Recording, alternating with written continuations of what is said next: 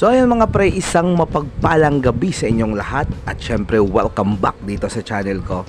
So mga pre, for this video ay magkakaroon tayo ng quick update dito sa maliit nating fish store dito sa Rian Aquatics and Accessory, dito lamang sa Purok 1, Barangay Santa Conchita, San Dionisio, Iloilo. So mga pre, hindi natin patatagalin yung video na to, simulan na natin. Let's go!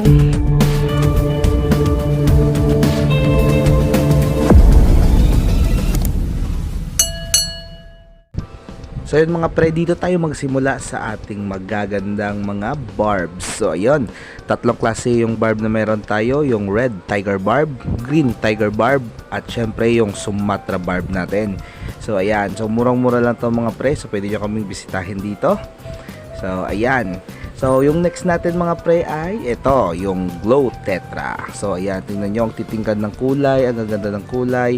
At syempre, iba-iba yung kulay ng ating mga Glow Tetra. So meron tayong pink tetra, green tetra, violet, tsaka yellow. Ayun. So meron pa tayong red cross tetra dito. So marami mga pre, yung kulay ay iba-iba. So gaya ng relasyon nyo, hindi ka lang nag-iisa, meron pang iba.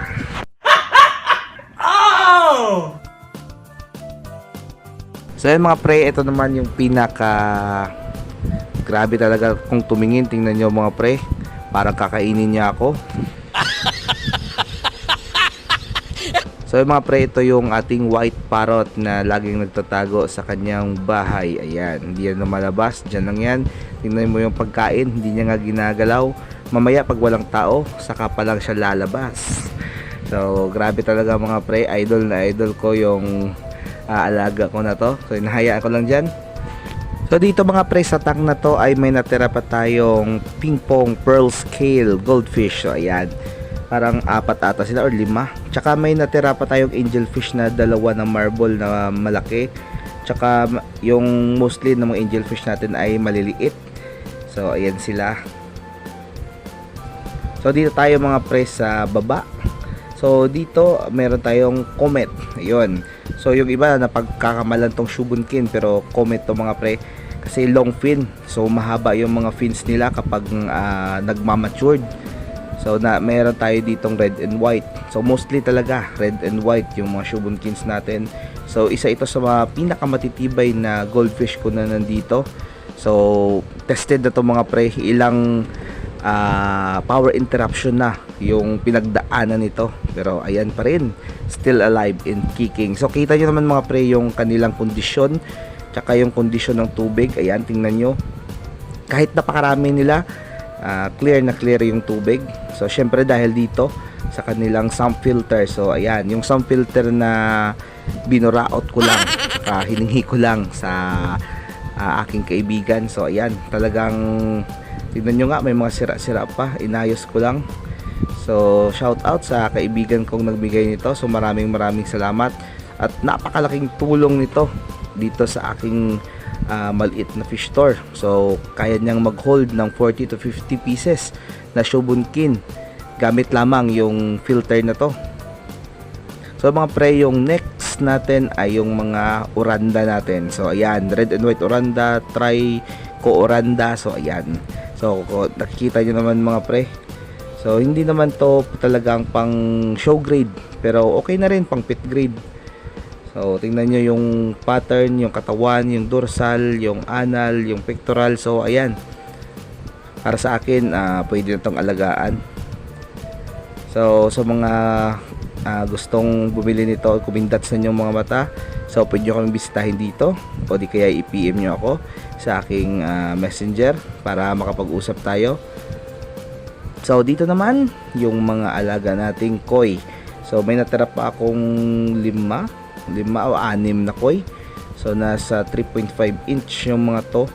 Tsaka may nakahalo dito mga janitor, at syempre yung nag-iisa kong blue polar parrot na laging binubuli ng ating white parrot, kaya nilagay ko dyan. So ayun siya, buti lumabas na kahit wala ng tao. So kawawa, kaya nilagay ko na lang dyan. So dito sa tank na to ay yung mga 3.5 to 4 inches natin na koi. So ayan, pangmasa lang to mga pre, pero okay naman to alagaan. So ayan sila, siguro nasa 15 pieces yung nandito. So ayan, so pasensya na kayo, medyo cloudy na yung aquarium. Di tayo nakapaglinis kanina kasi medyo busy yung person. So pumunta tayo sa ating breeding area. So dito may natira pa akong apat na 4.5 to 5.5 inch na koi. So 12 pieces to mga pre, kaso kanina dineliver ko na sa Sara at the same time kumuha na rin yung kaibigan nating pulis. So maraming salamat sa inyo. So ayun mga pre, dito naman tayo sa ating mga guppies. So ito yung Dumbo ear mosaic natin. So konti na lang yung natira. Kasi nung nakaraan yung mga bata pabalik-balik dito, ayan. Siguro nasa 8 piraso no pa yung natira. Yung mga male, sineparate ko na yung mga male para ma-appreciate ng mga bata. Kasi laging naubusan ako ng mga male. So dito yung mga female na ating Dumbo ear mosaic. So gaganda ng pattern nila, parang ivory mosaic na kasi walang init dito. So ayan, nagbe-blurred na naman yung mahiwagang camera natin. So dito mga pre yung female ng ating EBM, yung Electric Blue Moscow. Ayan. So konti na rin yung natira. Siguro i-replenish natin ito sa susunod. At dito yung mga male ng EBM natin. So marami pa tayong stock doon. So pwede tayong kumuha anytime, pero papaubos ko muna para bagong stock ulit. At syempre linisin muna natin yung aquarium para naman na goods para sa next natin na stock. So dito yung Japan Blue Gold Double Sword natin. So dalawang female na lang yung natira, hindi pa ako nakapag-restock. So marami tayong female doon. Meron pa yata ako ditong 4 or 5 na male. So kailangan pa to ng 8 to 10 pieces na female. So dito yung mga mollies, hindi, ano to, platies natin, ayan, yung mga platies natin, tsaka yung mga chops natin na gapi, nandyan yan. So dito yung HB Red Rose natin na maliliit pa, so binibenta natin sa mga bata sa murang halaga. Ayan, so dito dalawang trio na lang ng Silver Koi Gapi, ayan. So baka sa may interesado dyan, so pwede nyo ako din bisitahin dito sa ating fish store. So available po to.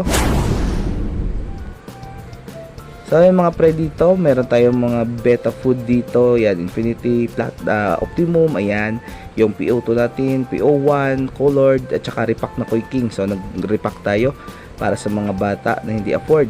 Dito meron tayong mga submersible na aquarium lights, at syempre yung mga airstone natin, splitter, ayan, yung Y, X, cross, so kompleto dyan. Dito naman yung mga fish food natin, meron tayong 454 na Koi King, ayan, meron tayong Aqua Master, advancing pellets, tsaka porpoise na with garlic. So meron tayo dyan 1 kilo na sa likod, 1 kilo na Koi King, so available yan. So dito sa baba, yung ating mga accessory, meron tayong single air pump. Ayan. So dito sa gilid, yung dual air pump natin, single air pump sa gitna. Ayan. Yung sa gilid, yung sponge filter. Dito sa baba, yung anti-chlorine natin, malachite green, tsaka methylene blue. So ito, yung DC, yung battery operated na air pump. Ito, Aquaspeed A2000 submersible pump. Yung sa likod, yung mga A3000 natin dyan nasa likod. So dito mga top filters natin, ayan. So marami tayo ditong stock ng top filter. So ayan, RS na 10 watts yung available natin sa ngayon. So dito may mga air hose tayo, ayan, fishnet, kompleto yan mula sa 4 inches hanggang 12. Yung filters natin, ayan, yung mga media natin, yung mga bato. So dito meron pa ako ditong white sand na natira. Dito yung mga BBS net natin, ayan, yung mga artificial plant natin, so nandito, tsaka yung filter foam natin, so marami tayo dyan. At syempre dito tinatago ko sa taas, ito yung bread and butter ng ating pet shop, yung pangmasa na fish food, meron tayo dito 5 piso, 10 piso, 20 piso, ayan. So niretail natin yan sa mga batang di afford bumili ng mga premium.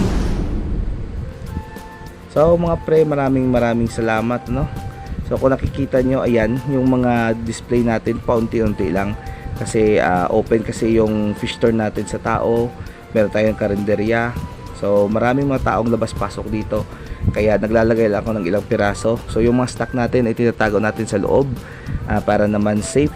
At syempre tuwing gabi sa mga, alam nyo na, sa mga bisita natin na gumagala-gala dyan.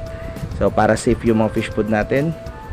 At dito, ito yung ating dalawang mahiwagang tubs na kung saan nagsastock ako ng tubig. So ayan, stock water na yan. Ready na yan for water change bukas. At ito, naglalagay ako ng tubig. So lalagyan natin yan mamaya ng asin para kondisyon yung tubig. So ayun mga pre, ito lang muna yung laman ng ating fish store. So ito lang muna yung ma-update ko for the month of July. So ayan. So pwede kayong bumisita dito mga pre. So open kami kahit anong oras. At syempre, i-subscribe nyo na rin ang aking YouTube channel. So click nyo po yung subscribe button, pati yung notification bell. At syempre, i-like nyo yung video natin at i-share. Kung nagustuhan yung video natin, so pwede nyo itong i-share.